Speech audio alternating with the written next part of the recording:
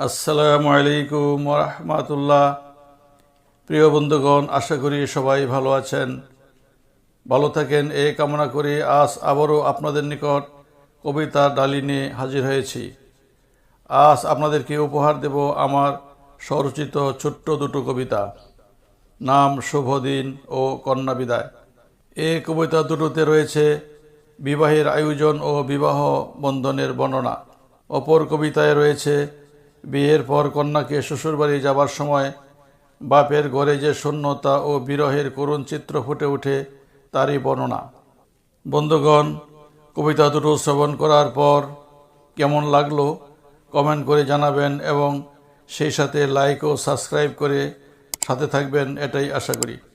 এবার তাহলে চলুন শুরু করা যাক। প্রথম কবিতার শিরোনাম শুভদিন।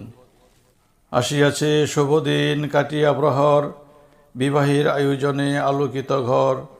সাজে বর সাজে বধূ বাজে সঙ্গীত, সাজাতে বাসর ঘর চোখে নাই নিত। শোভা পায় প্রাঙ্গণে ফুলের তোরণ, সুঘ্রাণে ভরে যায় সকলের মন। শত অতিথির মাঝে বর শোভা পায়, বরণ করিয়া তারে ঘরে নিয়ে আয়।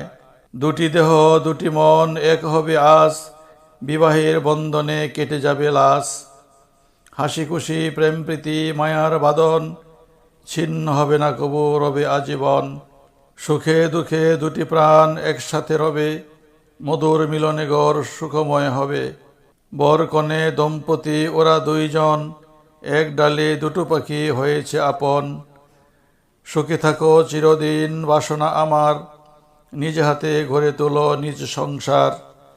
ধনে জনে সৌরভে আসুক সুফল, ঝড় যদি আসে কবু রেখো মনোবল। প্রভুকে স্মরণ রেখো হারাবে না দিক, জীবনের গতিপথে চলিও সঠিক। দ্বিতীয় কবিতার শিরোনাম কন্যা বিদায়।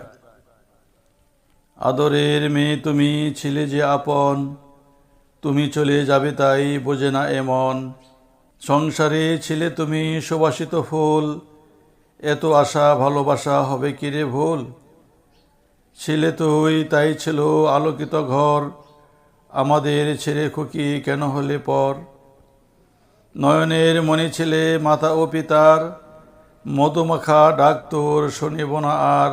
ছোটখাটো আবদার হাসি খুশি মুখ, আর কেহ দেখিবে না উবে গেল সুখ।